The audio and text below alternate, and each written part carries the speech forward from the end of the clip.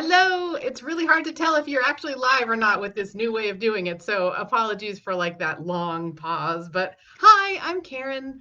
I am all excited to get in here and talk about this, a powerful tool for raising happy kids. Let me introduce myself. I'm Karen Locke Kolp. I am a parent coach and a child development expert.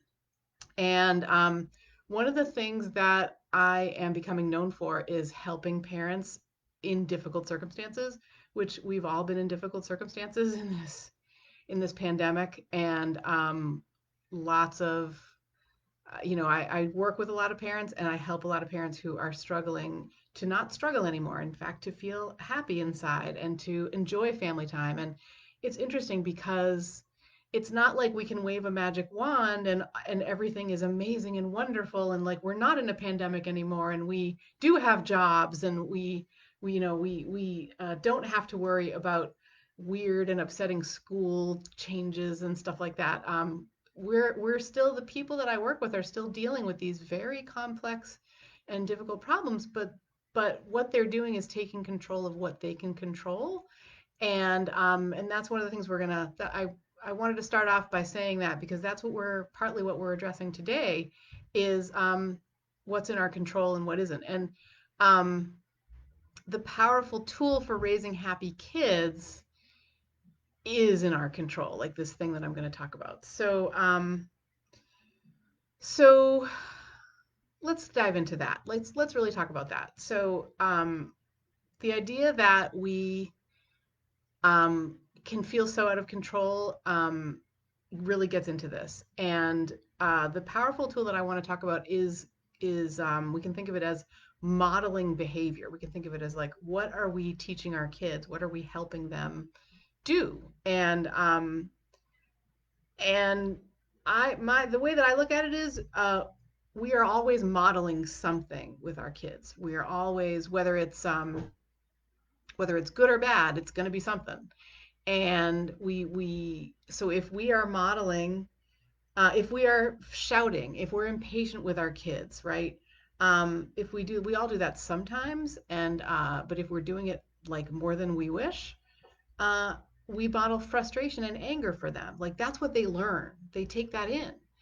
If we allow fear and worry and uncertainty to prevent us from getting good sleep, to make us feel helpless and afraid, then we're going to have kids. We're modeling that for our kids. What they will learn from us is anxiety and fear about the future. And that's where I kind of wanted to stop on that one because what I've been feeling lately is a tremendous amount of anxiety and fear for the future. And so I wanted you to know that if you do feel that, you're not alone. I mean, it's something real and big, and we can feel like um, these aren't like the problems that we face in our home lives and as a nation and as a world are real problems, and we can get overwhelmed by that. It's very easy to feel fear and anxiety. And on a personal level, it's something that I've been dealing with a lot in the last, I would say, week or two. Um, and I realized that at least part of it has to do with um, feeling isolated and alone. And so that's in my control. I can do something about that, right? I can reach out to friends. I had a great appointment with my therapist yesterday. I can do things about that for myself personally. And one of the things that really truly helps me is working with parents. So I've actually gotten a lot of sort of check-ins from coaching clients and from members of the We Turned Out Okay podcast audience, basically saying like, "How are you? Like, I can't imagine how difficult this is for you.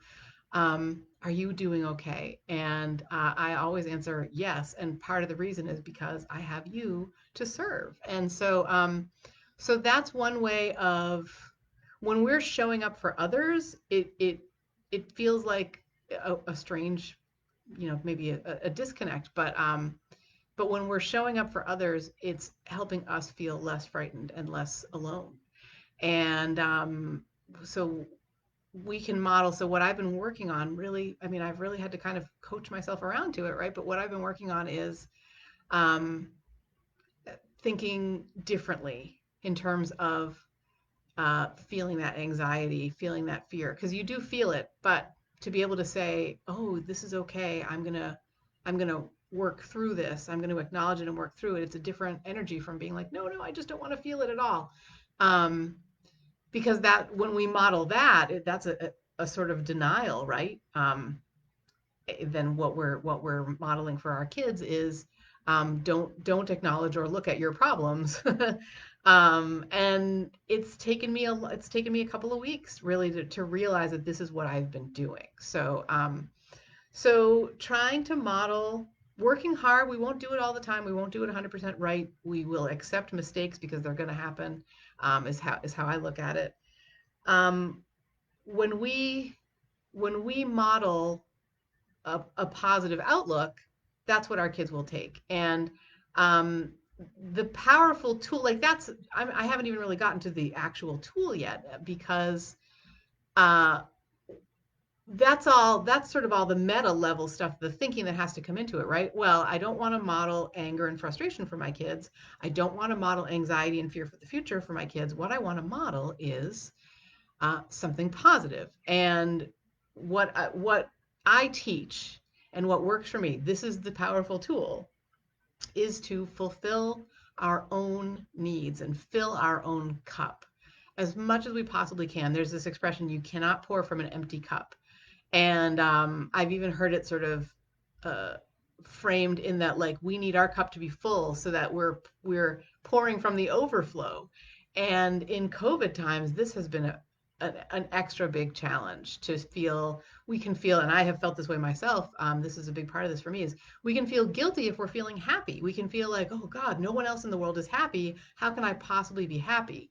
And the answer there is we need to find some ways to take a rest, um, either getting good sleep or in terms of taking a rest by scheduling in media time, in much smaller doses, and really looking to schedule it. Like, I basically, what I do is on Sundays is the only day that I really dive into the news, because if I did it more often than that, I would be I would become paralyzed. I wouldn't be able to do my work or be there for my family. And so part of pouring from a full cup has to do with, like, what are our rest needs? And another part of pouring from a full cup has to do with our sleep, trying to get good sleep. And that means, it may mean, like, not engaging in anything upsetting or frightening or news like before bed, because in the hour or two before bed, like, personally, I've probably got a 2 hour kind of like get ready for bed routine that involves light fiction, very light fiction that has a happy ending, because I need that. I love stories, and I love to hear and read about how people overcome their challenges in stories. But that book has to have a happy ending, or I'm going to become paralyzed and I won't be able to do my work. Those are the kinds of books that I read in the evening or at night, before bed. So two kinds of rest that are going to help us use this tool of filling our own cup. Um, we can also think of this as self-care, and self-care is other things too. It's getting exercise, it's getting alone time. Again, huge challenges.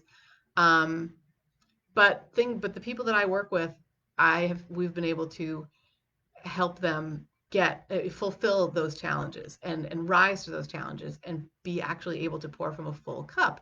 And so that way, when we're pouring from a full cup, we're still in the same pandemic, we're still in the same situations by and large, but we are looking at them totally differently. We are looking at them instead as um, powerful, positive times. And I know that it even sounds so crazy to say, but it's crucial for us to bring our mindset around to that, at least most of the time. It won't be all the time, of course, because then when we are in that right mindset, the positive mindset, we're modeling positivity. We're modeling a future that isn't necessarily bleak and horrible, but instead one that has some interesting possibilities in it, and some curiosity and some wonder. These are all things that children are famous for. Uh, I do think of like looking to our kids for that kind of feeling, for those kinds of feelings, because kids can, if we sit back and watch a kid, engaging in some open-ended play, maybe outside, maybe with Play-Doh, maybe something that's non-screeny, but that is just an independent play situation, and we listen to what they're saying, and we can see a lot of curiosity and wonder in that, and that can inspire us to feel more of that in our day. And so that's really the tool. The powerful tool for raising happy kids is the one about filling our own cup, and maintaining as much of as we can a positive attitude, even in the midst of what's going on. And I am, as I said before, I'm a parent coach. So I'm a child development expert, and what that means is I get to help parents understand why their kids do the crazy things that they do, how to sort out things like sibling disagreements, disrespect, button pushing, when kids are really pushing on your boundaries. And then the other part of that is I'm a parent coach, which means that I help parents all the time, with their own mindset, and with figuring out how to get the self-care that they need so that they can be pouring from a full cup. And I tend to think of myself as a guide. And I'm offering something different that I've never offered before right now. From now through Labor Day Monday, which is September the 7th, I'm offering a lifetime membership to the online coaching community that I run. It's called the Ninja Parenting Community, NPC for short. And lifetime membership, that would mean that you'd have a guide for like the time that your child is a child, right? It is the life of the community, and that may not be forever, but it's going to be many years in the future. This is for 4 years, the Ninja Parenting Community has been a thing, and it's only grown and gotten better. And I anticipate running it for years and years, and I'm thrilled to do so, because I get to help you. And as I mentioned before, that kind of helps me. But mostly, what I love about it is that I get to help you. So lifetime membership means coming to all of our community-wide events. You'd be invited to all of our community-wide events, which include things like chapter studies of my books. So we have the weekly We Turned Out Okay book club, and that is now an exclusive NPC members only benefit. And that means weekly chapter studies of my parenting books. And it also means things like participating in all the programs and trainings that I offer. So we just finished up with NPC Summer Camp, which was a virtual summer camp. And we did things like we camped out in our backyards or on our back porches. I actually camped out on my back porch. Um, it involved, you know, distance campfires and other stuff to make it feel like a real community, which it is. That's some of the programs I'm offering in this fall. I'm going to be offering a program of uh, two challenges, so a sleep challenge and a self-care challenge, and I'm so excited to do that, because the thing is, when I offer them an NPC, I actually also do better with those things, so cannot wait for that. And some of you may be finding out about that for the first time, that we're going to be offering those things in the fall. So um, I offer programs like this sort of all the time, and there's always something new and exciting and fun going on in the Ninja Parenting community. It also involves multiple. When you're a lifetime member, you get to have many parent coaching calls with me, private parent coaching calls. So I plan to do them once a quarter.